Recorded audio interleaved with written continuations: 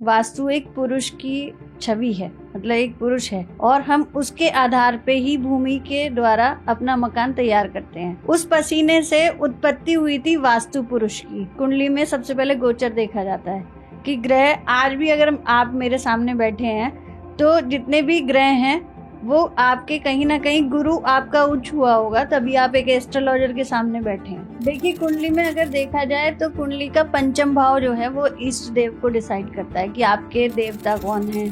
तो 100% आपके घर में दुर्घटना के योग बन जाते हैं। आपके घर में कोई जवान मौत हो जाएगी। सबसे बड़े टीनेजर तो आप सिद्धू मूसेवाला जी को ले लो।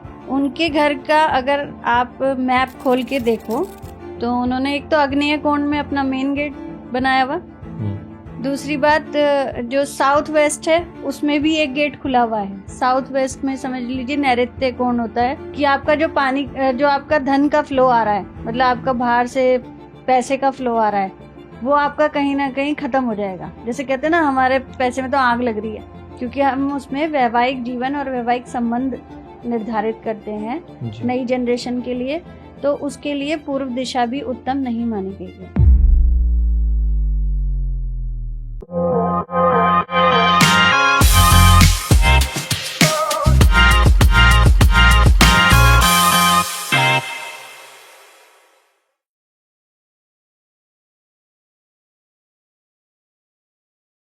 हे guys, welcome back to our show the talk table. और आज के पॉडकास्ट में हमारे साथ है डॉक्टर प्रिया शर्मा। मैम एक एस्ट्रोलॉजर है, साथ ही न्यूमरोलॉजी भी करती है और ये वास्तु एक्सपर्ट भी है। तो मैम से आज हम जानेंगे वास्तु एक्सपर्ट के बारे में। तो मैम कैसे हैं आप? नमस्कार, मैं ठीक हूँ, आप बताइए कैसे हैं सब? हम बहुत अच्छे हैं मैम जी। आप इतने शॉर्ट टाइम पे और इतना एकदम से हमारे लिए आपने टाइम निकाला, ये काफी अच्छी बात है। और आप हमारे पॉडकास्ट में, उसके लिए थैंक यू सो मच। जी वेलकम। तो मैम, जैसे आप बता रहे थे कि आज हम वास्तु के बारे में बात करने वाले हैं जी। तो स्टार्टिंग हम अपने घर से ही करते हैं। तो अगर हम घर बनाने की स्टार्टिंग करते हैं तो वास्तु में कौन कौन सी चीजों का हमें ध्यान रखना चाहिए उस टाइम पे? देखिए, सबसे पहले आप ये जानिए कि वास्तु क्या है। वास्तु एक पुरुष की छवि है, मतलब एक पुरुष है और हम उसके आधार पे ही भूमि के द्वारा अपना मकान तैयार करते हैं। वास्तु की शुरुआत जो हुई है वो भगवान शंकर से हुई है। भगवान शंकर और देवताओं का और राक्षसों का जब युद्ध हो रहा था, तब भगवान शंकर का पसीना गिरा था। उस पसीने से उत्पत्ति हुई थी वास्तु पुरुष की। तो ब्रह्मा, मत्स्य पुराण के अनुसार ब्रह्मा जी ने उस पुरुष का नाम वास्तु पुरुष रखा। उसके आधार पर ही हमारे घर का निर्माण किया जाता है, यानी कि जिस तरफ उसका मस्तक होगा उस तरफ हम हल्का रखेंगे, और जिस तरफ उसका मतलब ब्रह्म स्थान होगा, यानी कि उसका हृदय होगा, उस तरफ भी हम हल्का रखेंगे। लेकिन जहाँ उसके पैर होंगे उस हिस्से को हम भारी रखने की कोशिश करते हैं। तो वास्तु का कुल मिला के प्रभाव जो है वो कुंडली से ज्यादा पड़ता है, क्योंकि हम जिस घर में रहते हैं वहाँ की पॉजिटिविटी, नेगेटिविटी सब आपको मतलब प्रभावित करती है। अगर आप किसी कमरे में रह रहे हैं और आपका वहाँ मन नहीं लग रहा है, आपका मन करता है मैं कमरा छोड़ के निकल जाऊं, तो ये वास्तु है कि आपका मन वहाँ क्यों नहीं लग रहा है। क्या आप गलत दिशा में सो रहे हैं? क्या आप गलत सामान के साथ सो रहे हैं? या आपने अपने जो घर है आपका उसको अस्त व्यस्त किया हुआ है? ये वास्तु है। जी मैम। जी। तो वास्तु से हमारे डेली लाइफ रूटीन में भी काफी फर्क पड़ता है? बिल्कुल फर्क पड़ता है। वास्तु सबसे पहले क्या करता है कि आपके ग्रह निर्देश को देखता है, आपके मेन गेट को सबसे पहले देखता है कि जब भी आप घर का निर्माण करने चलेंगे तो मेन गेट किस दिशा में होना चाहिए। वास्तु में केवल आपको पता है 4 दिशाएं हैं, है ना? पूर्व, पश्चिम, उत्तर, दक्षिण। लेकिन इसको डिवाइड करेंगे तो हम 8 भी हैं और 36 भी दिशाएं हैं, जिन दिशाओं के आधार पे वास्तु का निर्माण किया जाता है। तो जैसे एस्ट्रोलॉजी को अगर देखा जाए तो उसमें हमारे ग्रह होते हैं, कुंडली होती है, और आप बता रहे हो कि वास्तु भी होता है। ठीक है, तो अगर हमारे रूम का या हमारे घर का वास्तु खराब है तो ग्रहों से भी कुछ फर्क पड़ता है? देखिए, अगर देखा जाए तो वैदिक कुंडली सबसे पुराना, हमारे जितने भी महापुरुष थे, संत हैं, जब वैदिक कुंडली की स्टार्टिंग हुई तो सबसे पहले वैदिक कुंडली हुई। वैदिक कुंडली के आधार पे ही जिस तरह के हमारे ग्रह होंगे उसी तरह का हमें मकान मिलेगा। अच्छा। आप समझिए कि अगर आपकी कुंडली में राहु प्लेस्ड है आपके लगन स्थान में, तो आपको उसी तरह का मकान मिलेगा। आसपास बियर शॉप होंगी, मतलब आसपास नेगेटिविटी ज्यादा होगी, गंदगी ज्यादा होगी। और अगर आपकी कुंडली में गुरु अच्छा होगा तो आसपास मंदिर होंगे, गुरुद्वारे होंगे। तो ये चीजें हमारे जीवन पे इफेक्ट करती हैं। किस रूम में आप सो रहे हैं, या आप किस रूम में स्टडी कर रहे हैं, या आपके विवाह मतलब विवाहित लोगों के लिए कौन सा रूम अच्छा है, तो ये सब वास्तु है। ओके मैम, तो अगर इस हिसाब से देखा जाए तो कहना है कि तो हर चीज ओवरऑल एक आदमी की पूरी लाइफ एक वास्तु या फिर कुंडली से जुड़ी हुई होती है। बिल्कुल जुड़ी हुई। तो ऐसे भी तो होता है, लेकिन ग्रह टाइम टू टाइम चेंज होते रहते हैं। देखिए ग्रह टाइम टू टाइम जब भी चेंज होते हैं जब आपके भाग्य में होते हैं, है ना। अच्छा। अब ग्रह जब गोचर करता है कुंडली में, सबसे पहले गोचर देखा जाता है कि ग्रह आज भी अगर आप मेरे सामने बैठे हैं तो जितने भी ग्रह हैं वो आपके कहीं ना कहीं गुरु आपका उच्च हुआ होगा, तभी आप एक एस्ट्रोलॉजर के सामने बैठे हैं जी। या किसी गुरु के सामने बैठे हैं। अगर आपका गुरु आज ट्रांजिट नहीं हुआ होता तो आप मेरी जगह किसी और के सामने भी बैठे हुए, हो सकता है आप किसी अलग प्रोफेशन वाले बंदे के साथ जुड़े हुए होते। जी मैम। तो कुंडली के आधार पे भी ये चीजें मायने रखती हैं। और जो वास्तु है वो तो मेन है ही कि घर में किस तरह कौन सी चीज कहाँ प्लेस्ड है, ये देखना पड़ता है हमें वास्तु के अनुसार। वास्तु में भी तो मैम इष्ट देव क्या होते हैं और किसी पर्सन का इष्ट देव डिसाइड कैसे होता है, आप किस तरीके से डिसाइड करते हो? देखिए कुंडली में अगर देखा जाए तो कुंडली का पंचम भाव जो है वो इष्ट देव को डिसाइड करता है कि आपके देवता कौन है ना। और उसी तरह वास्तु में जिसमें मुख्य द्वार आपका डिसाइड करेगा कि आपके इष्ट देव कौन है। तो आपको घर का जो मेन एंट्रेंस होगा, घर का जो मेन एंट्रेंस होगा वो डिसाइड करेगा कि आपके इष्ट देव कौन है। ये बहुत कम लोगों को पता है, क्योंकि कुंडली के आधार पे तो बहुत आसान है जानना कि आपकी इष्ट देव कौन है ना। अगर आपकी राशि वहां पर मेष राशि प्लेस्ड है तो सूर्य आपके इष्ट देव हो गए, ठीक है ना। अगर वृषभ है तो शुक्र देव जो हो गए वो आपके इष्ट देव हो गए। उसी आधार पे अगर पूर्व दिशा में आपका घर है और डिग्री अनुसार मेन पूर्व दिशा में ही आपका मेन गेट पड़ता है तो शिव शंकर या सूर्य भगवान आपके इष्ट देव माने गए। उसी आधार पे आपके इष्ट देव डिसाइड होते हैं वास्तु के अनुसार भी। मैम थोड़ा सा एक्सप्लेन कर सकते हो आपकी इष्ट देव ये होते कौन है? देखिए इष्ट देव क्या होता है, जिस कुंडली में जिस समय हमारा जन्म होता है, ठीक है ना जी। उसी समय चंद्रमा की जहाँ प्लेसमेंट होती है, जहाँ चंद्रमा होता है वहीं हमारा वही नक्षत्र, वही लगन और वही राशि हमारी होती है। वहीं से ही डिसाइड होता है कि पूर्व जन्म के जो देवता हैं वो हमारे साथ जुड़ते हैं, जो पंचम भाव से देखते हैं। इष्ट देव वो होते हैं जिन्हें हम पूजें, मतलब जिन्हें एक ही देव पूजते हैं हम। इष्ट देव हमें अगर हम पूजते हैं तो उससे हमारी सारी जितनी भी ग्रोथ है वो सब बढ़ने लगती है बजाय खत्म होने के। तो इष्ट देव जो हमारे हैं वो प्रारब्ध से जुड़े हुए हैं, पुनर्जन्म से, उन्हें ही इष्ट देव कहा जाता है। तो ये जैसे कुछ उसमें कहते हैं कुल देवी या कुल देवता, तो ये इस देव से अलग है या सेम ही होते हैं? नहीं, इष्ट देव अलग है, कुल देवी और कुल देवता अलग है। कुल देवता की बात करें तो जो हमारे पूर्वज हैं, जो हमें छोड़ के भी चले गए, कई पीढ़ियों से हमारी जाति चली हुई आ रही है या हमारे गोत्र चले हुए आ रहे हैं, धर्म चले आ रहे हैं, तो हमारे पूर्वज जो हैं वो कहाँ तक हैं, वो उन्होंने सबसे पहले जिसे पूजा जी। जैसे आप देखते हैं कुछ ऐतिहासिक चीजें देखते हैं आप, तो देखते हैं कि देवता पूजते हैं तो एक शिला बना देते हैं, पत्थर बना देते हैं, है ना, वहीं पर ही एक दीपक जलाना शुरू कर देते हैं जी। उस समय में वो देवताओं को कोई आकार नहीं देते हैं, सिर्फ ये याद करते हैं जो हमारे पिछले चले गए हैं उनको हम प्रणाम करें। तो उसके आधार पे देवता डिसाइड होते हैं। और कुल देवी वो होती हैं जो जैसे पहले के जमाने में लोग क्या करते थे, पेड़ के नीचे ही पूजन करने लगते थे और उन पेड़ को ही अपनी देवी देवता मानने लगते थे। तो कुल देवी वहां से डिसाइड होती हैं कि जो भी हमारे पूर्वजों ने या जो हमसे पहले हमारे दादाजी हैं, परदादाजी हैं या उनके परदादाजी हैं, हाँ, जहाँ से हमारी जनरेशन स्टार्ट होती है वहां से उन्होंने जिस देवी की पूजा की थी वो हमारी कुल देवी है और उसकी पूजा लोग आज भी करते हैं जी।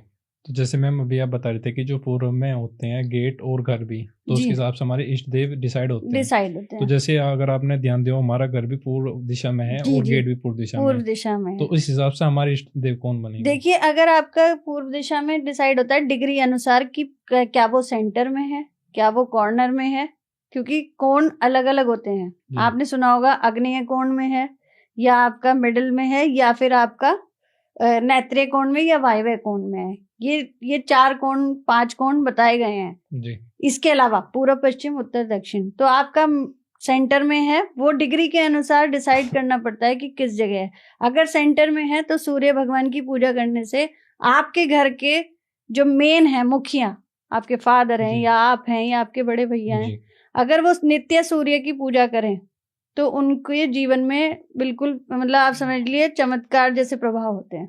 तो मैम जैसे आपने इतनी सारी चीजें बताई, तो अगर कोई किसी ने अपना घर बनाया लेकिन उस टाइम उन्होंने ध्यान नहीं दिया कि वास्तु वगैरह पर कुछ भी जी। लेकिन अब बना दिया, अब भी उसमें है वास्तु, हम अब भी कर सकते हैं बनने के बाद? बिल्कुल कर सकते हैं, बनने के बाद भी हम उसमें चेंजेस कर सकते हैं। जैसे कुछ लोग चाहते हैं कि उनका बिना तोड़ फोड़ के हो भाई, क्योंकि उन्होंने नया मकान बनाया है तो तोड़ना, हर कोई नहीं चाहता कि मेरा नया मकान टूटे, तो उसमें कुछ रेमेडीज और कुछ समाधान ऐसे कराए जाते हैं जो जिससे मकान को तोड़ना ना पड़े और उसकी चीज जो जहाँ है वहीं पर उसकी रेमेडी कर दी जाती है।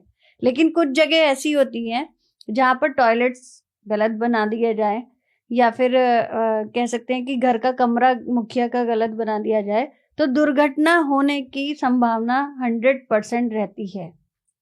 हम मानते हैं कि पूर्व दिशा में पूर्व दिशा को और अगर नॉर्थ को के बीच में ईशान कोण मानते हैं। ईशान आप जानते हैं, भगवान शंकर का नाम है, वहां का स्थान होता है पूजन का।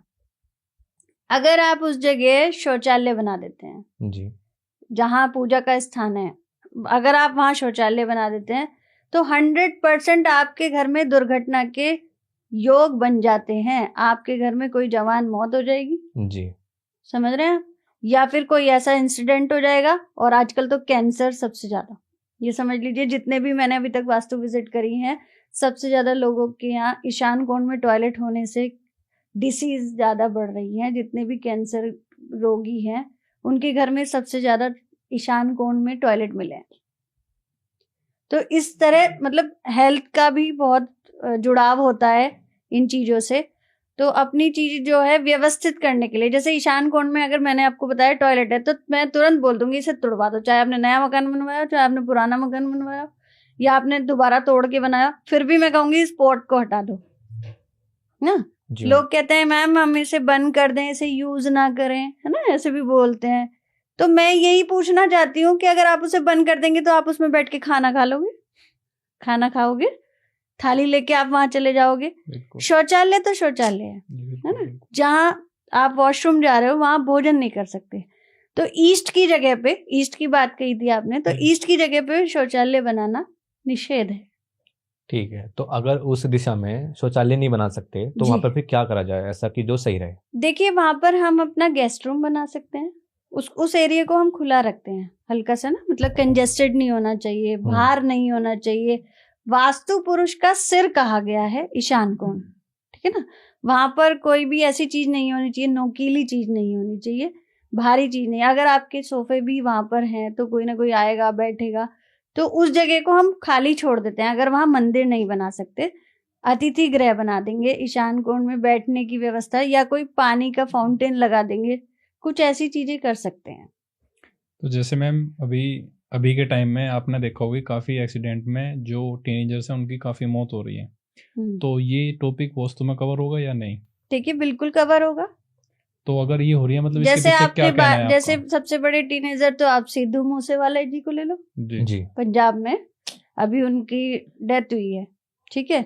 उनके घर का अगर आप मैप खोल के देखो तो उन्होंने एक तो आग्नेय कोण में अपना मेन गेट बनाया हुआ, दूसरी बात जो साउथ वेस्ट है उसमें भी एक गेट खुला हुआ है। साउथ वेस्ट में समझ लीजिए नैऋत्य कोण होता है।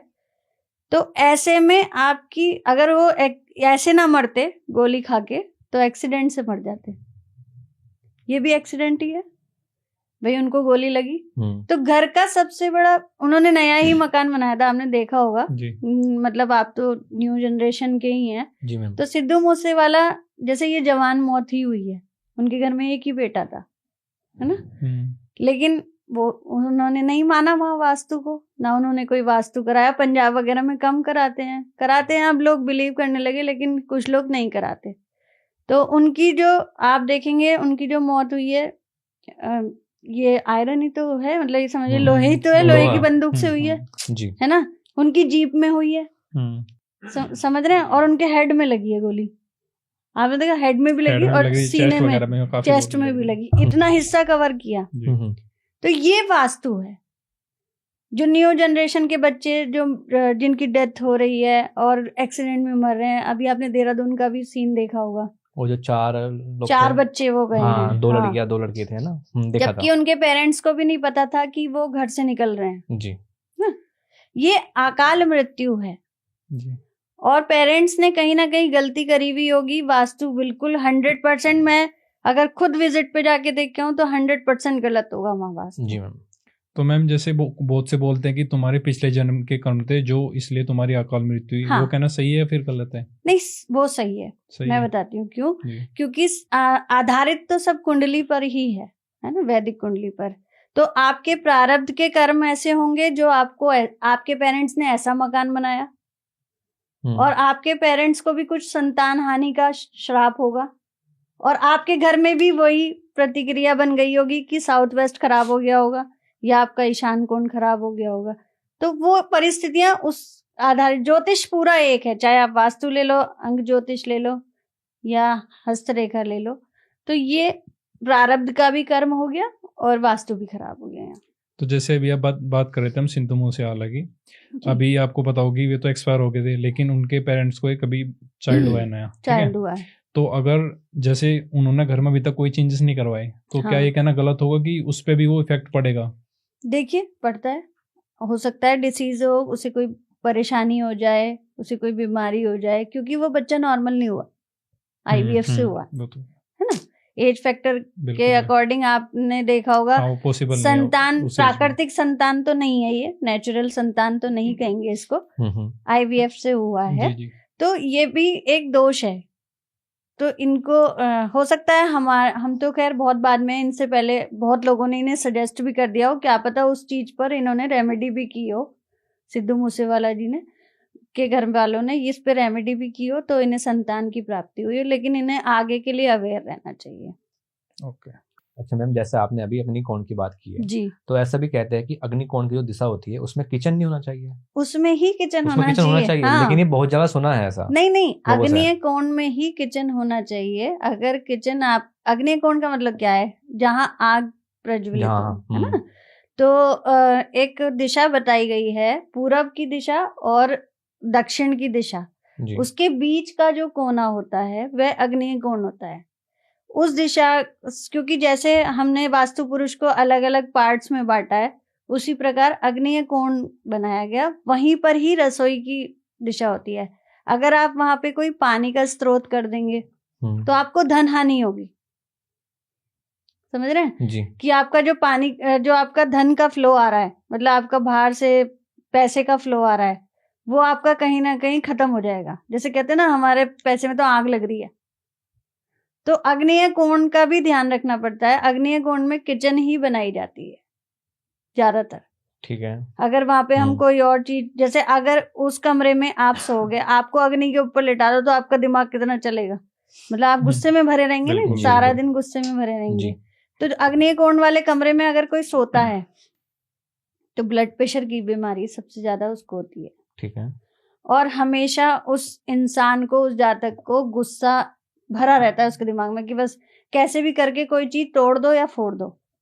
तो इस चीज का बहुत फर्क पड़ता है। अच्छा, और जैसे जो दक्षिण दिशा होती है, जिसमें कहते हैं कि पूर्वजों की फोटो लगती है, हाँ, उसमें, है ना, तो अगर कोई उस तरफ सर करके सोता है तो उससे भी कुछ नुकसान होता है? नहीं, देखिए, सोना तो दक्षिण दिशा के में सर रख के सोना चाहिए, है ना। उत्तर में हिमालय कहा जाता है कि हिमालय हमारे सिर की जो ऊर्जा है वो खींचता है। तो उत्तर में तो मृत व्यक्ति को लिटाया जाता है, उसका सिर उत्तर में रखा जाता है, दक्षिण में पैर रखे जाते हैं। लेकिन हम जो नॉर्मल लाइफ में सोते हैं, हमें दक्षिण दिशा में सर रख के सोना चाहिए, ठीक है ना।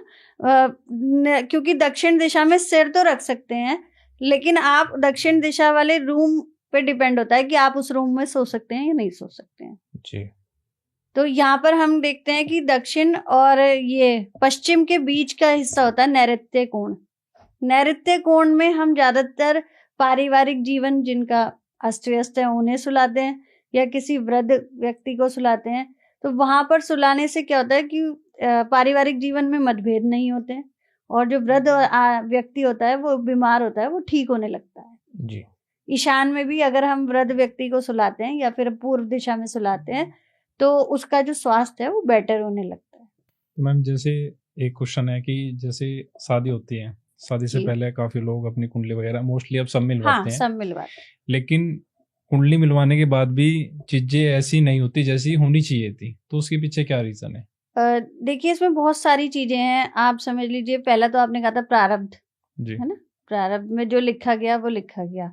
कुंडली मिलान हम करते हैं कि मिलान में हम लोग गुण भी देखते हैं, योनि भी देखते हैं, और उसमें हम अपने राशियां भी देखते हैं कि राशियां मैच हो रही हैं या नहीं। विवाह तो जहाँ होना है वहां हो गई, चाहे आप कुंडली मिलाएं या ना मिलाएं। अगर किसी स्त्री के जीवन में विवाह का सुख है तो वो भोगेगी, अगर विधवा का सुख है तो वो विधवा का भी भोगेगी, तलाक का सुख है तो वो तलाक का भी भोगेगी, तलाक का सुख नहीं हम दुखी कहेंगे, तो वो भी भोगेगी। तो ये कुंडली मिलान के बावजूद भी कुछ लोग मिलान करने में गड़बड़ी कर देते हैं।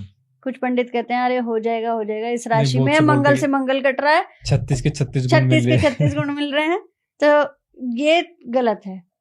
मतलब एक तो सही सलाह देनी चाहिए लोगों को, जितने भी भाई बड़े बड़े ज्ञानी बैठे हैं, और दूसरी बात ये है कुछ प्रारब्ध के कर्म भी हैं जिसकी वजह से हमें ये हानियां होती हैं कि कुंडली मिलाने के बाद भी रिश्ते टूट जाते हैं, या हस्बैंड वाइफ में से कोई एक चला जाता है, या फिर उन लोगों के तलाक हो जाते हैं। जैसे 2-2 शादियां भी हो रही हैं, 3-3 शादियां, मैं देख रही हूँ माहौल कैसा हो रहा है कि 2-2 शादियां भी हो रही हैं।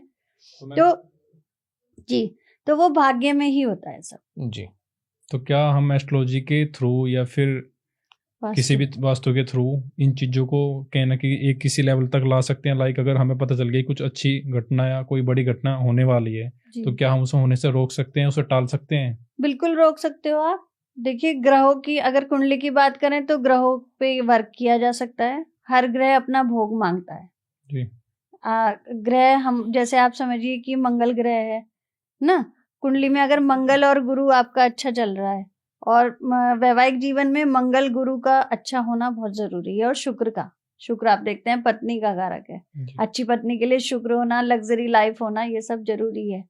तो उसके आधार पे आपके घर में भी व्यवस्था कैसी है, बहू आपके घर में आके रुकेगी या नहीं रुकेगी, सास से लड़ेगी या नहीं लड़ेगी, तो वो सब डिपेंड करता है आपके घर के ऊपर कि आप घर में किस कमरे में पति पत्नी सो रहे हैं, किस दिशा में आप सो रहे हैं। अगर आप प्रॉपर इधर उत्तर दिशा में सो रहे हैं या प्रॉपर वेस्ट दिशा में सो रहे हैं, तो कहीं ना कहीं आपके जीवन में तनाव आएगा। आप पूर्व दिशा के कमरे में भी अच्छा नहीं माना जाता कपल के लिए, क्योंकि हम उसमें वैवाहिक जीवन और वैवाहिक संबंध निर्धारित करते हैं नई जनरेशन के लिए, तो उसके लिए पूर्व दिशा भी उत्तम नहीं मानी गई है। वैवाहिक जीवन के लिए केवल साउथ और वेस्ट के बीच का नैऋत्य कोण है, वहीं उनका कमरा होना चाहिए, येलो कलर होना चाहिए, और या फिर पर्दे, आपके कर्टेन, या फिर आपकी जो बेडशीट है या बेड है वो होना चाहिए।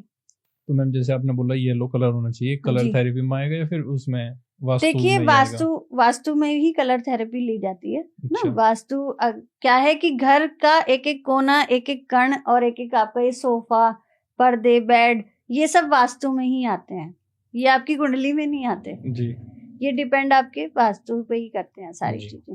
तो मैम अगर ऐसे देखे जाए तो मतलब जैसे पहले वास्तु होगी, फिर कलर थेरेपी, मतलब फिर एस्ट्रोलॉजी, एक नॉर्मल पर्सन के लिए इतनी चीजें देखना पॉसिबल होता है या फिर नहीं?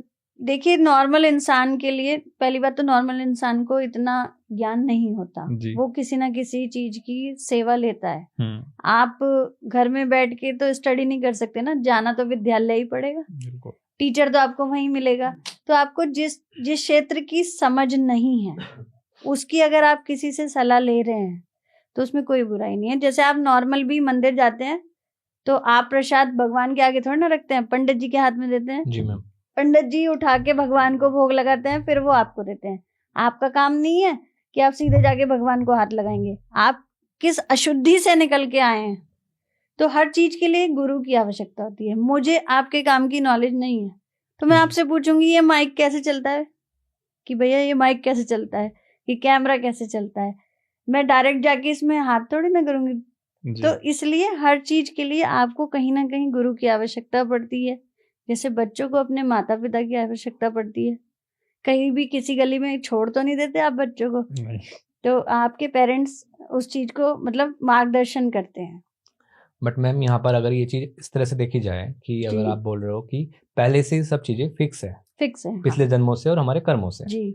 तो अब कोई बंदा अपने इस जन्म में है तो वो वास्तु से कैसे कनेक्ट करेगा चीजें, क्योंकि अब मान लो वो नॉन बिलीवर है, वो इन चीजों में मानता ही नहीं है, तो फिर क्या करा जाएगा? देखिए अगर वो इस चीज को मानता नहीं तो ये तो टॉपिक बिल्कुल ही अलग हो गया जी। हिंदू धर्म में आप रह रहे हो है ना, आप किसी अन्य धर्म में तो नहीं हो ना, आप सनातनी हो है ना, हर आजकल सनातन का ज्यादा क्रेज है भाई, हम सनातनी हैं। अगर आप सनातनी हैं तो आपको अपने सनातन से जुड़े हुए ग्रंथ वेद आप जितने पढ़ेंगे है ना, उसमें आप तंत्र भी पढ़ते हो कि रावण बहुत बड़ा तंत्र करता था, पढ़ते हैं ना, राम जी को भी जानते हैं, महाज्ञानी ब्राह्मण था, ठीक है ना, महाब्राह्मण था, समझिए। ब्राह्मण तो आजकल के ब्राह्मण इतनी नॉलेज नहीं रखते जितना रावण रखता था, ठीक है ना।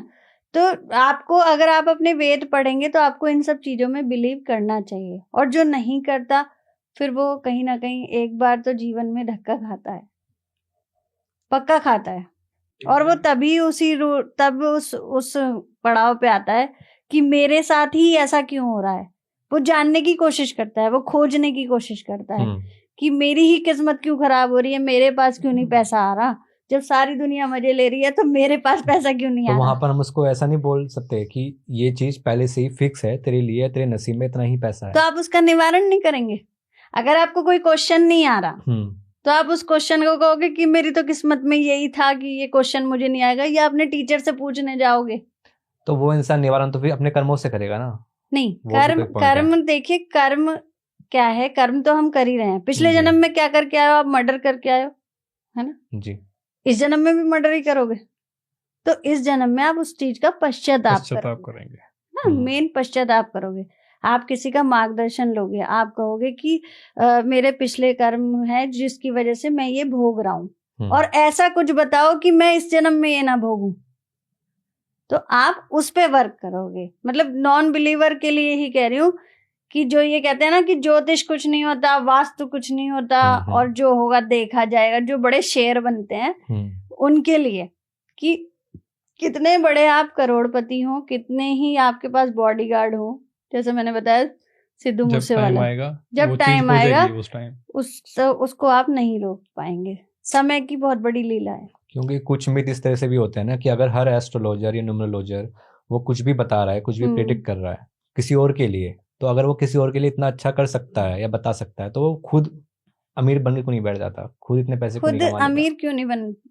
नहीं, ये बहुत अच्छा क्वेश्चन है आप ना, ये काफी लोग कहते हैं कि ये पंडित हमें तो बता रहा है, इसकी खुद की हालत देखो कैसी है ना, खुद की हालत कैसी है।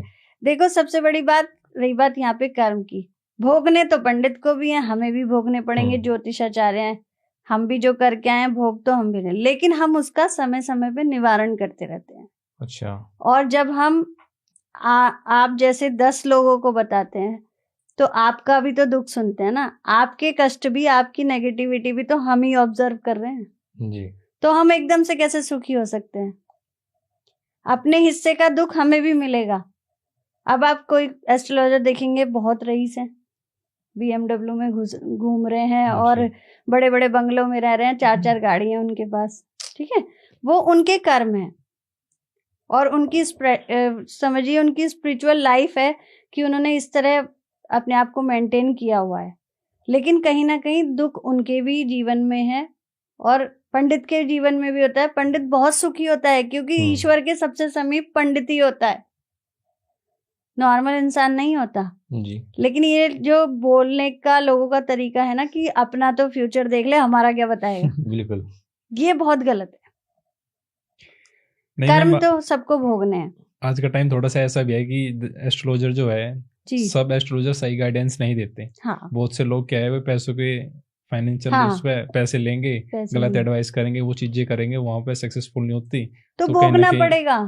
तो भोगना पड़ेगा, वो एस्ट्रोलॉजर को भोगना पड़ेगा। अगर आप गलत गाइड कर रहे हो, अगर आप गलत सलाह दे रहे हो, गलत वास्तु करके आ रहे हो या गलत कुंडली बता रहे हो, तो आपको भोगना पड़ेगा। और इसी जन्म में, और कलयुग है, क्योंकि आपको यही दिखाई दे जाएगा कि आपके लिए क्या बुरा है क्या सही है। आप भी जब कोई काम करने जाते हैं तो आपको भी अच्छे बुरे का पता है ना।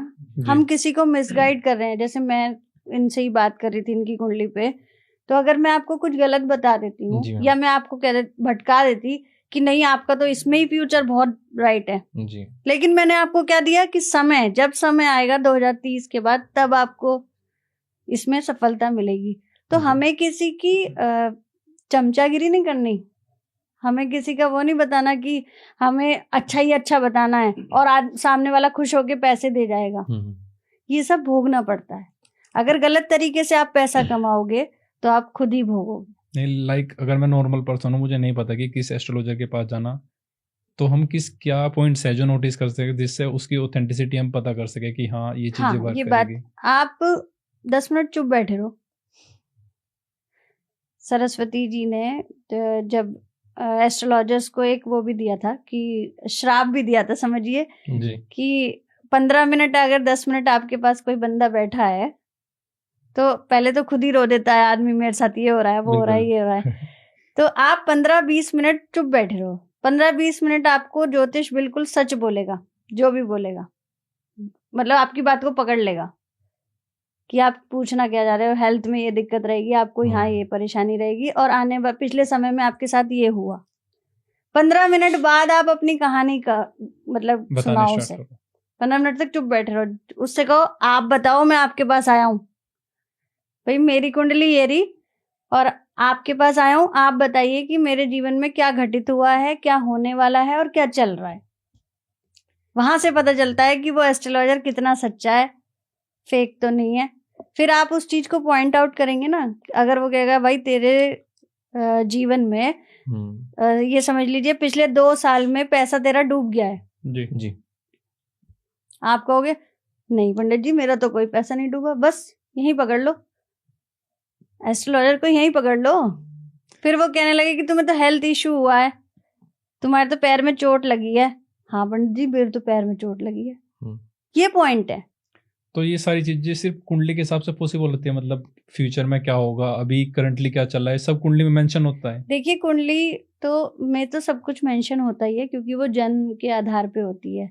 दूसरा, जो बहुत अच्छे फेस रीडर हैं, सिग्नेचर रीडर हैं, या जो बहुत अच्छे हस्तरेखा जो देखते हैं, या बड़े बड़े जो ज्ञानी हैं जिन्होंने साधनाएं की हैं बहुत अधिक समय तक, वो भी बता सकते हैं कि आपके पास्ट में क्या हुआ है और क्या नहीं हुआ। ऐसा नहीं है कि कुंडली के आधार पे ही, वास्तु वाला भी देख के बता देगा आपके घर में इस जगह ये चीज सही नहीं है, आपके घर में ये हुआ होगा, आपकी मम्मी बीमार होंगी, वास्तु वाला भी बिल्कुल ठीक बता देगा।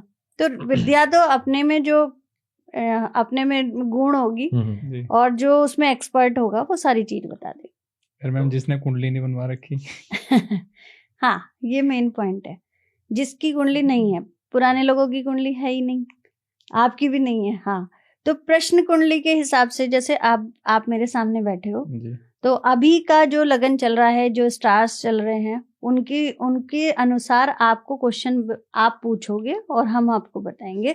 फिर हमें लगेगा कि पास्ट में इसके साथ ये हो चुका है, फिर हम वो आपको बताएंगे। प्रश्न कुंडली वहां पर निर्धारित की जाती है, जिस तरह के इंसान के प्रश्न होते हैं उसी आधार पे उसे बताया जाता है। अच्छा मैम, वास्तु के टॉपिक पर आते हैं वापस, तो आप मुझे ये बताइए, जैसे कि एक चीज होती है बेसमेंट घरों में, हाँ। कहते हैं, तो वास्तु के हिसाब से क्या घर में बेसमेंट रखना सही है? देखिए बनाते हैं कुछ लोग बेसमेंट अपने घरों में बनाते हैं, लेकिन कुछ लोग क्या करते हैं कि अपने, जैसे हमने अभी बात करी कि पूर्व मुखी मकान है आपका, ईस्ट फेसिंग मकान है, ईस्ट फेसिंग में अगर आपने साउथ में बेसमेंट कर दिया, साउथ में मतलब ज्यादा पीछे गड्ढा कर दिया, बेसमेंट का मतलब गड्ढा ही है, मकान के नीचे का गड्ढा, अगर आपने साउथ की तरफ ज्यादा कर दिया तो वो तो आपको नुकसान देगा। लेकिन अगर आपने ईस्ट की तरफ थोड़ा बीच में ही बेसमेंट रखा तो वो आपके लिए ठीक है, सुखद है। लेकिन आपको पीछे की साइड, साउथ की तरफ और वेस्ट की तरफ कभी भी बेसमेंट नहीं रखना चाहिए। ना वहां पर गड्ढा होना चाहिए, ना वहां पे समरसीबल होना चाहिए, ना वहां पे आपका शौचालय होना चाहिए। मतलब जो साउथ वेस्ट के बीच का एरिया है घरों में कुछ लोग वहीं पर ही अपना मतलब पूरा हम लोग एक साकेत में कोठी देख के आए थे, तो उन्होंने पूरी कोठी अपनी तैयार करी, लेकिन उन्होंने साउथ वेस्ट में अपना शौचालय का सीवर बनवा दिया। सबसे बड़ा दोष जी। और उनका मकान बनते हुए 3 साल हो गए, अभी तक वो उसमें शिफ्ट नहीं हो पा रहे, उसमें काम ही नहीं खत्म हो रहा। और वो कब से अपना मकान, वो शायद मेरे ख्याल से बाइक के विक्रेता हैं और बहुत बड़ा मकान उन्होंने बनाया, लेकिन वो उसमें शिफ्ट नहीं हो पा रहे, ये दिक्कत आती है जी।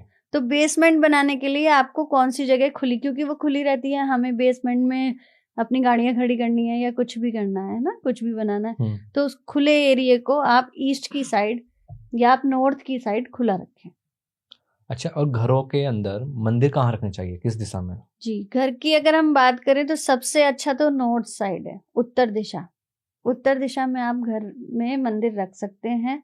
उसके बाद ईशान कोण मैंने आपको बताया, जो आपका ईस्ट और ईस्ट और नॉर्थ के बीच में आता है, आप वहां पे मंदिर स्थापित कर सकते हैं। ये 2 जगह ऐसी हैं। वेस्ट में भी मंदिर अच्छा माना जाता है, लेकिन वेस्ट में गड़बड़ी हो जाती है कि लोगों को डिग्री के अनुसार नहीं पता होता, तो वो उस मंदिर को गलत डायरेक्शन में कर देते हैं। और जो लोग स्टूडेंट्स होते हैं, जो पढ़ाई करते हैं, किसी कंपटीशन की तैयारी कर रहे हैं, क्या वे भी टेबल अपनी ऐसी जगह या दिशा में रखे जहां उनका पढ़ाई में ज्यादा मन लगे? कुछ ऐसा होता है? देखिए, जो बच्चे पढ़ रहे हैं और उनका पढ़ने में मन भी नहीं लगता है, क्योंकि आजकल बहुत माइंड डिस्टर्ब रहता है बच्चों का ना, कंपटीशन बहुत ज्यादा है जी। तो उनको हमेशा अपना फेस ईस्ट की साइड रखना चाहिए, पूरब दिशा की साइड अपना टेबल रखना चाहिए। अपने फेस जो उनका पढ़ते हुए जो हो वो पूर्व की तरफ होना चाहिए। और स्टडी कर रहे हो तो मॉर्निंग में एक बार 4 बजे उठ के 1 घंटा जरूर पढ़ना चाहिए। कहते हैं उस समय सभी देवी देवता, सरस्वती माँ भी नीचे ही रहती हैं और उन्हें अपने टेबल पे एक मोर पंख जरूर रखना चाहिए, तो उनका जो ध्यान है वो हटता नहीं है और वो अपना स्टडी आराम से करते हैं। और जो खुद का अपना कुछ काम करते हैं, वर्क फ्रॉम होम हो अगर किसी का, या खुद का अपना कोई बिजनेस हो, तो उनके लिए भी कोई दिशा होती है? हाँ, अगर हम बिजनेस करना चाह रहे हैं, मतलब आप घर से कोई बिजनेस करना है, तो वो डिपेंड करता है कि आपका किस तरह का बिजनेस है जी, है ना। अगर आप बिजनेस करते हैं किसी कपड़े से संबंधित काम का, तो आप के लिए सबसे अच्छी जगह वेस्ट दिशा है। हाँ, वेस्ट दिशा है, आप वहां बैठकर अपना काम कर सकते हैं। या आप कोई भी इलेक्ट्रॉनिक काम करते हैं तो आपके लिए आग्नेय कोण सबसे अच्छा है।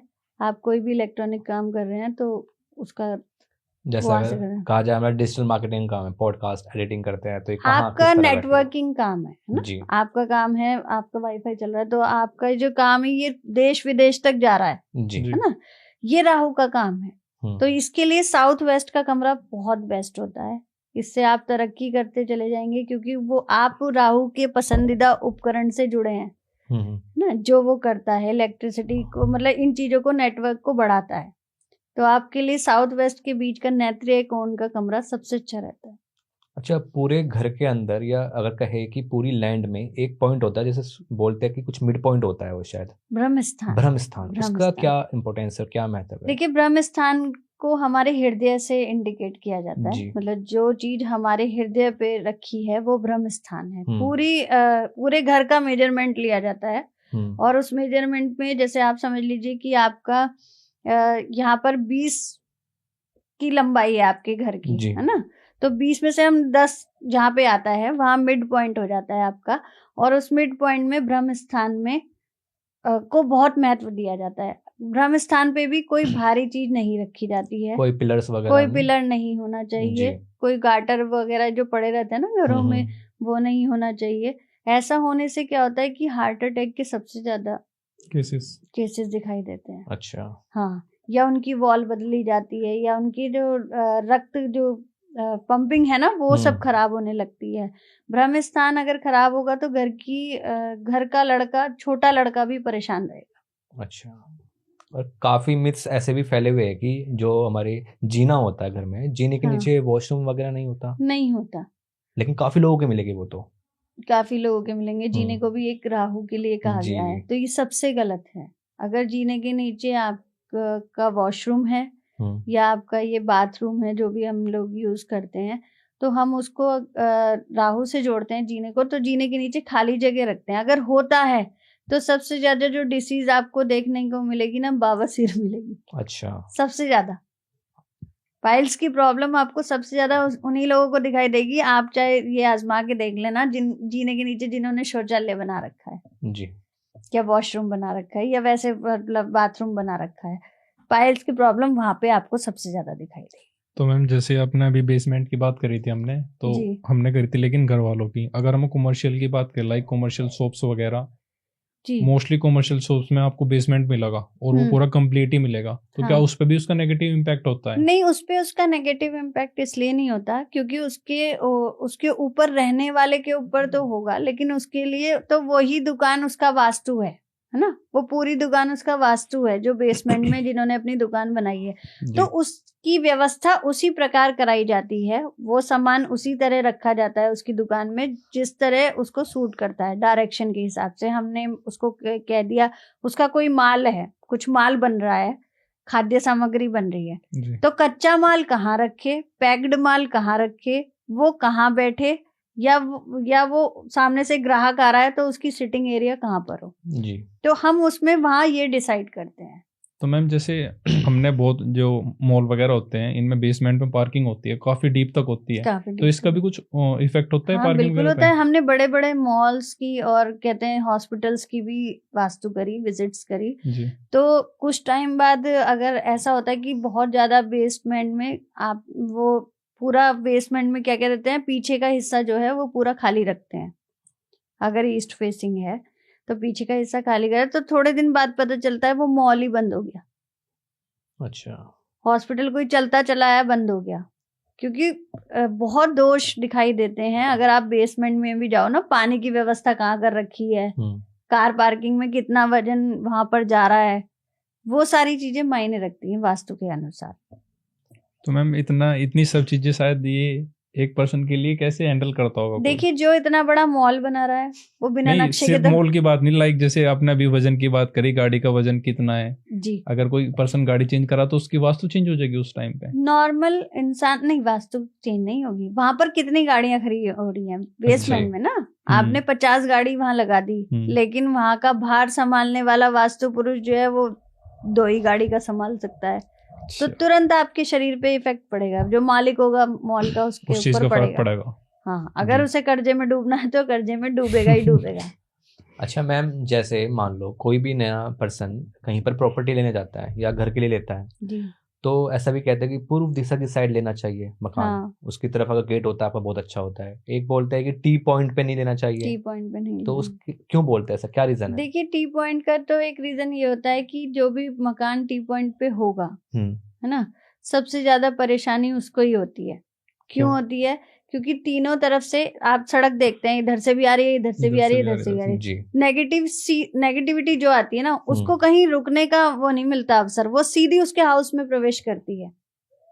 अगर कोई समझ लीजिए किसी के सामने मृत्यु हुई है, ठीक है, तो उसे मतलब उसके बीच में ना कोई दीवार आएगी, ना कोई चीज आएगी, या कोई ऊर्जा ऐसी आएगी कि कोई भी पेड़ भी नहीं आएगा। कभी कभी पेड़ देखते हैं ना, बड़े शुभ होते हैं, नीम का पेड़ बहुत शुभ है, तुलसी का पेड़ बहुत शुभ है, तो उसके बीच में कोई पॉजिटिविटी नहीं आती, वो सीधा नेगेटिविटी उसके घर में प्रवेश करती है। तो इसलिए मना करते हैं कि टी पॉइंट का मकान जो है वो बहुत परेशानी देता है। अब कहने के लिए तो सलमान खान का मकान भी टी पॉइंट पे है, आमिर खान का, शाहरुख का भी जो मकान है, मन्नत है ना, आई थिंक वो भी टी पॉइंट पे है।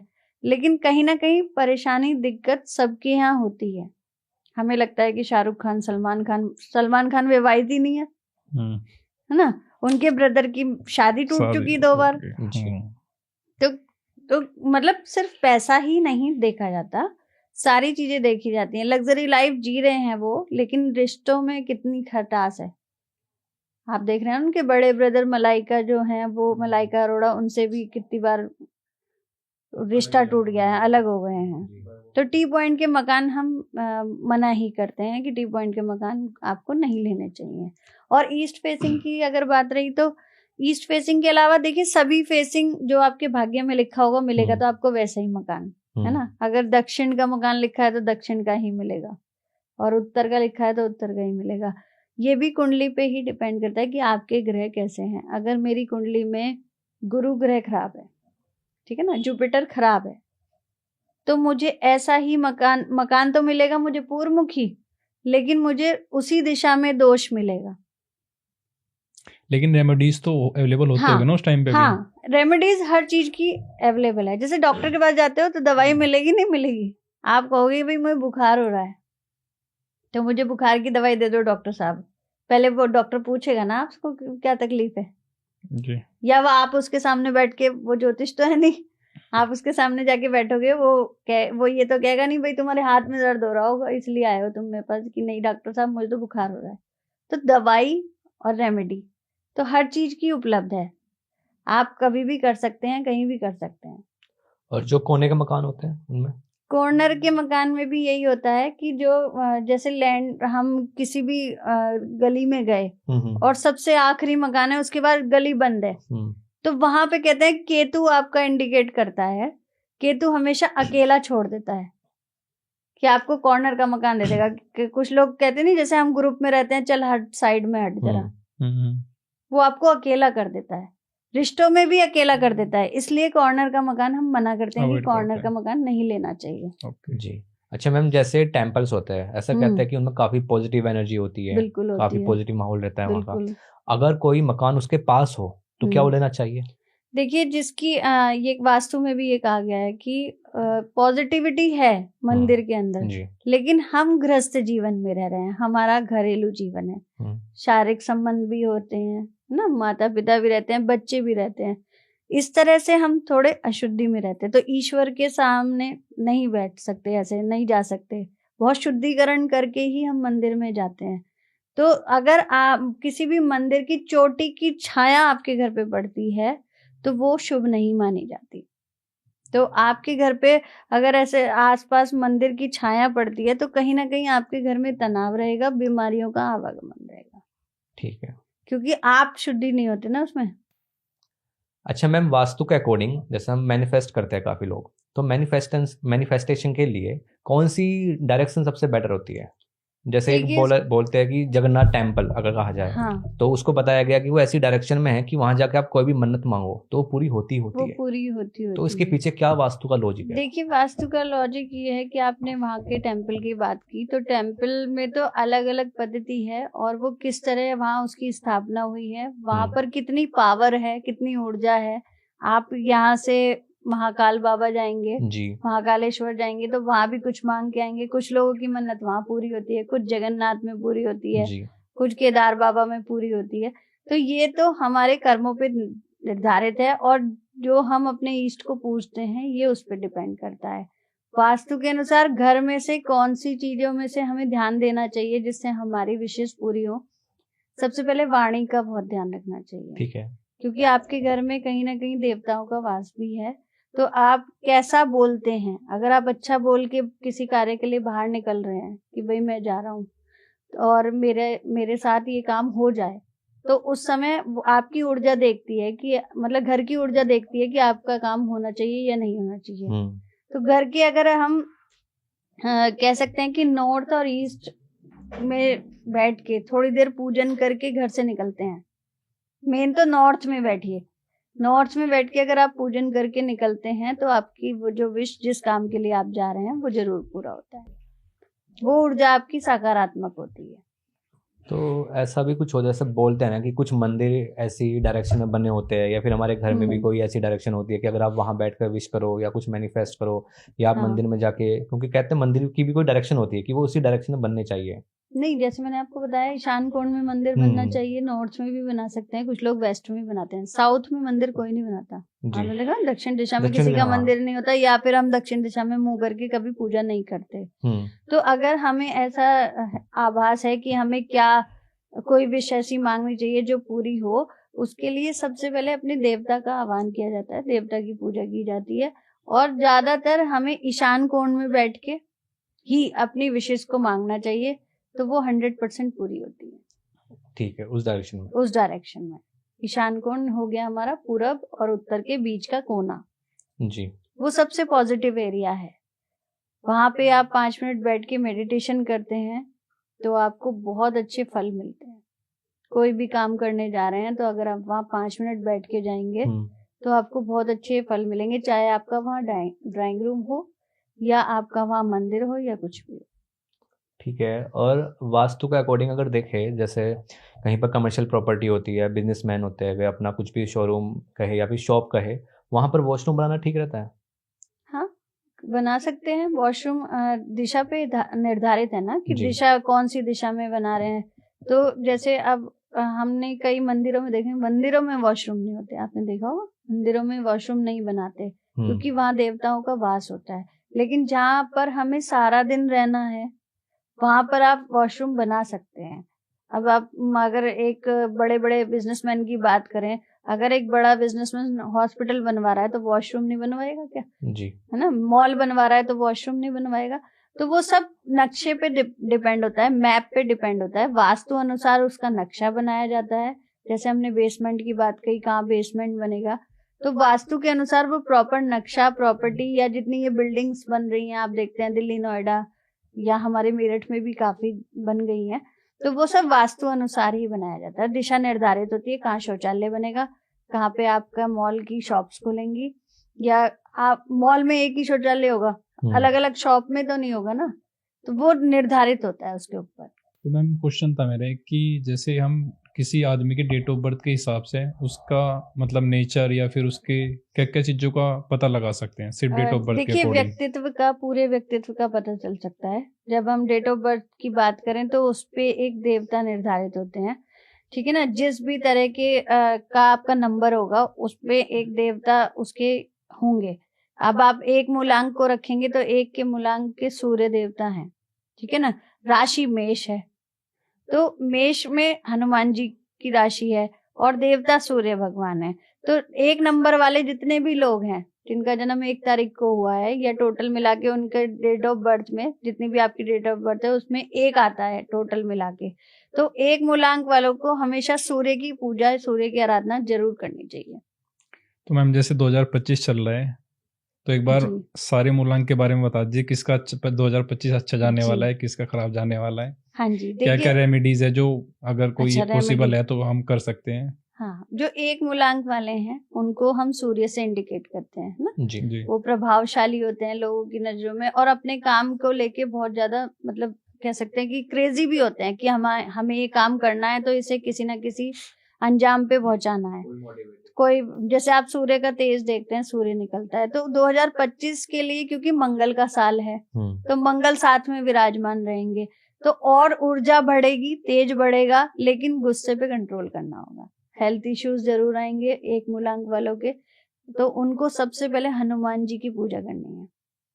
और मेरा कहा माने तो एक हनुमान जी का ध्वज लेके सबसे पहले मूलांक 1 वाले हनुमान जी को ध्वज चढ़ाए, ये एक मूलांक वाले करें। अब 2 मूलांक की बात करें, चंद्रमा बड़ा सौम्य होता है ना, चंद्रमा को आप देखते हो तो खुशी सी महसूस होती है और है, हाँ, मतलब शांत हो जाता है, काम है, मतलब उसको कोई गुस्सा वुस्सा नहीं, उसके अंदर कोई तेज नहीं, आग नहीं, कुछ नहीं। भावुक होते हैं ऐसे लोग जिनका जन्म 2 मूलांक में होता है और जन्म तिथि के अनुसार जिनका टोटल 2 आता है, तो उनके लिए ये साल क्या है, मिले जुले परिणाम, चुनौतियां सबसे ज्यादा, मतलब ये समझ लीजिए उनकी लाइफ में अब ये चुनौती आने वाली कि तेरे को ये इस पे टारगेट करना है तो करना ही है, तुझे वो काम करना ही है। अब वो उसके ऊपर डिपेंड है, आलस्य बिल्कुल त्यागना है। लेकिन इनके जीवन में अभी 2025 में ऐसी भी चुनौती आएगी कि बॉस ने कोई काम दिया और ये काम नहीं कर पाएंगे, ये 100% होगा इनके साथ। तो इसके लिए इन्हें क्या करना चाहिए, इनको सबसे पहले तो रात को चंद्रमा में वॉक करना चाहिए, है ना, जिससे इन्हें तनाव ना हो। और दूसरा, शिव जी की आराधना इनके लिए सबसे अच्छी रहती है, तो इन्हें शिव जी की भी आराधना करनी चाहिए, दूध चढ़ाना चाहिए, केसर जरूर चढ़ाना चाहिए। मूलांक 3 वाले जो हैं वो गुरु ग्रह जुपिटर को इंडिकेट करते हैं, और गुरु ग्रह आप देखते हैं कि गुरु तो गुरु, बाकी सब चेले है ना, तो अध्यापक है, बाकी सब स्टूडेंट हैं। लेकिन क्या है, बहुत ज्यादा अभिमानी हो जाएगा जी 2025 में ना, बस मैं ही हूँ जो हूँ, सब कुछ मेरा ही है, ये मेरी वजह से हुआ है, कि मैं करके जो उसके अंदर वो आएगा ना अहंकार 3 नंबर वाले के ऊपर, जिसका जन्म 3 को हुआ है या टोटल 3 में आता है, उसकी डेट ऑफ बर्थ में वो अभिमानी बहुत हो जाएगा। उसे वहीं पर ही अपना ध्यान रखना है, वरना उसको ये समझ लीजिए कि आसमान से नीचे आके गिरेगा वो आदमी 100%। 3 मूलांक वालों को सिर्फ बृहस्पति देव की पूजा करनी है, केले के वृक्ष की पूजा करनी है, तो इससे उन्हें काफी आराम मिलेगा। और हो सके तो जो छोटी कन्या है, 9 साल से छोटी कन्या, उनको केले जरूर बांटे जी। तो उनके लिए ये साल जो है ठीक ठाक रहेगा, मतलब कुछ ज्यादा अच्छा नहीं कह सकते हैं। और मूलांक 4 वाले राहु को इंडिकेट करते हैं। तो गुस्से वाले तो ये भी होते हैं, लेकिन इनके व्यवहार में क्या है कि ये गुणता देखते हैं, चीजों का ना खोजना देखते हैं कि 4 मूलांक वाले की हम कोई भी चीज कैसे खोज लें। तो इस समय जो इनका जो मंगल के साथ संबंध बनेगा, मंगल वाला साल है 2025 जो इनका संबंध बनेगा, मूलांक 4 वाले बस अपनी भावनाओं को कंट्रोल में रखें, रिलेशनशिप से बच के रहें, मतलब इन्हें धोखे मिलने के पूरे पूरे आसार हैं। तो थोड़ा सा किसी भी, और इनके ऊपर कलंक भी लग सकते हैं, तो झूठे कलंक जी, जो कार्य नहीं किया हो उसका झूठा कलंक इनके ऊपर लग सकता है मूलांक 4 वालों का। इनको सबसे पहले जाके मंदिर के दर्शन करने चाहिए, मंदिर की भूमि पे बैठ के, मतलब इनको कम से कम इस अनामिका उंगली से 3 बार स्पर्श करके अपनी नाभि पे लगा, 3 बार अपने मंदिर में जाएं, 3 बार अनामिका उंगली को घिसें और अपनी नाभि पे लगाएं, और मंदिर के दर्शन नियमित करें, क्योंकि राहु को कंट्रोल गुरु ही कर सकता है। तो मंदिर के दर्शन हमेशा इनको करते रहना चाहिए, क्योंकि ये लोग सोचने समझने की शक्ति इनमें जरा कम होती है जी। ये ना बड़े बड़े सपने देखते हैं जी कि ये काम हो, लेकिन वो सपने होते नहीं पूरे, तो इनको ये ध्यान रखना है। मूलांक 5 वाला जो है बुध, ठीक है ना, बुध है, और ये बुध समझिए एक बच्चा है, उस बच्चे को आपको कैसे केयर करनी है, मतलब अगर आप किसी रिश्ते में हैं, पारिवारिक संबंध में हैं, तो आपको अपनी पत्नी की कैसे केयर करनी है, अपने बच्चों की कैसे केयर करनी है, अपनी संतान की तरफ ध्यान रखना है। पंचम भाव भी देखेगा, और मंगल के साथ बुध मिलके प्रभावशाली हो जाता है, तो इनकी तो बल्ले बल्ले होने वाले, इनके तो मजे आने वाले हैं, 5 वालों के इनके प्रमोशन होने वाले हैं, और इनकी नौकरी में भी तरक्की आपको देखने को मिलेगी, और ये कुछ नया अचीव करने जा रहे हैं इस बार। और मूलांक 6 वाले जो हैं वो शुक्र ग्रह से इंडिकेट करते हैं, और ये लग्जरी लाइफ इनके लिए भी बहुत अच्छी होने वाली है। 1 गाड़ी तो 5 गाड़ी खरीद लेंगे, 2 गाड़ी खरीद ही लेंगे अपने जीवन में, और जिनके विवाह नहीं हो रहे थे उनके विवाह हो जाएंगे, सालों से जिनके विवाह नहीं हो पा रहे थे उनके विवाह हो जाएंगे। और यहाँ पर शुक्र क्योंकि है तो मंगल के साथ, तो प्रेम संबंध बहुत तगड़े वाले देगा, प्रेम संबंध बहुत अच्छे हो जाएंगे, होते भी हैं, ये थोड़े से मूडी होते हैं, मतलब हर चीज इन्हें जेब में चाहिए जी। और नोटों की गड्डी तो इनके पास होगी तो अच्छा रहेगा। मूलांक 6 वाले मजे कर सकते हैं, लाइफ को एंजॉय कर सकते हैं, ये साल इनका एंजॉय वाला होगा, घूमेंगे फिरेंगे, मजे करेंगे, ऐश करेंगे, और क्या, ये वाली बात यहाँ पर लागू होती है। बस ठीक है, तो मुझे इस साल तो 6 वाले अच्छा ही हूँ मैं। हाँ। अच्छा, मूलांक 7 वाले थोड़ा सा, क्योंकि केतु को इंडिकेट करता है, अध्यात्म की तरफ बढ़ेंगे, यात्राएं बहुत करेंगे, उनकी विदेश यात्रा इस बार जरूर होगी 100%, और वो ये समझ लीजिए कि मंदिरों के दर्शन भी करेंगे, जितने भी अपने मंदिर हैं, बड़े बड़े तीर्थ स्थान है, वहां जाने की कोशिश करेंगे, और अपने अंदर कुछ ढूंढने की कोशिश करेंगे। जैसे अभी तक काम कर रहे थे, पीले पड़े थे और अपनी चीजों में लगे पड़े थे, लेकिन अब वो सोचेंगे कि मुझे कुछ नया करना है, मेरे जीवन में कुछ नया होना चाहिए। सबसे पहले इनको अपने पैरों का ध्यान रखना होगा, पैरों में चोट लगने के आसार हैं पूरे, और वाहन को बहुत धीरे चलाना, ठीक, तो ये करें। और अगर पूजा करना चाहते हैं तो गणेश जी की पूजा सबसे ज्यादा करें जी। और मूलांक 8 की बात करें तो पिछला साल तो गया ही 8 का जी। शनि का गया है, और शनि की ढैया भी लोगों के ऊपर थी, बहुत टेंशन, बहुत तनाव है 8 नंबर वालों पे, तो बहुत उनका स्ट्रगल वाला समय गया, संघर्ष उन्होंने बहुत देखा, गिरे भी हैं कई बार, मतलब समझ लीजिए रिश्तों में भी गिरे हैं, और नौकरियां भी गई हैं। मैंने जितने अभी तक कुंडलियां भी देखी हैं और मूलांक भी देखे हैं, तो उनका ये समय समझ लीजिए शुरुआत हो रही है कि जैसे एक बच्चा जन्म लेता है और उसके बाद वो पलता चला जाता है, तो उसके जीवन की नई शुरुआत 2025 में देखने को आपको मिलेगी। मूलांक 8 वालों की मेहनत बहुत करनी है, क्योंकि शनि मेहनत करवाना जानता है और अपने जन्म स्थान से दूर जाएंगे ये लोग। मेहनत बहुत करेंगे, और अगर मेहनत नहीं करेंगे, आलस में पड़े रहेंगे, तो अपना भविष्य खो देंगे। मूलांक 9 की बात करें तो मंगल का ही ये साल है जी ना, जिनका जन्म 9 तारीख को हो या जो टोटल जिनका 9 आए, तो मंगल का साल है। ऊर्जावान होगा, चीजें बहुत कुछ सीखने को भी मिलेंगी जो अभी तक वो नहीं सीख पाए, लेकिन इच्छा कर रहे थे कि हमें वो चीज सीखनी है, वो चीज भी सीखेंगे। गुस्से पे कंट्रोल रखें, पेट की बीमारी से बचें, पेट में और सिस्ट से बचें, गांठों से बचें, क्योंकि गांठ की प्रॉब्लम ज्यादा होने की इनको आशंका है।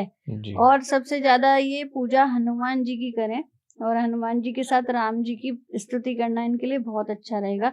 धर्म के मार्ग पे भी चलेंगे, और लोगों में जो मतलब झगड़े एग्रेसिव ज्यादा हो जाएंगे, झगड़े ज्यादा करेंगे। जैसे रोड पे भी बच्चों की लड़ाई हो जाती है, तो गुस्सा ज्यादा करेंगे, इनके अंदर ये रहेगा इनका 2025 में। जी मैम। हाँ, तो मैम आपके साथ पॉडकास्ट करके बहुत ही अच्छा लगा, और बहुत सारी चीजें थी ऐसे जो हमें 2025 में हमारे लिए जानने को मिली, और हमारे जैसे बहुत ऐसे लोग होंगे जिनके लिए पॉडकास्ट बहुत ही हेल्पफुल रहने वाला है। तो मैम से अगर आपको कोई जानकारी लेनी हो रिलेटेड टू एस्ट्रोलॉजी या फिर वास्तु या फिर न्यूमरोलॉजी, तो आप इनसे कांटेक्ट कर सकते हो। हम सारी डिटेल्स अपने डिस्क्रिप्शन में मेंशन कर देंगे। और इसी के साथ इस पॉडकास्ट को करते हैं एंड। जय श्री राम।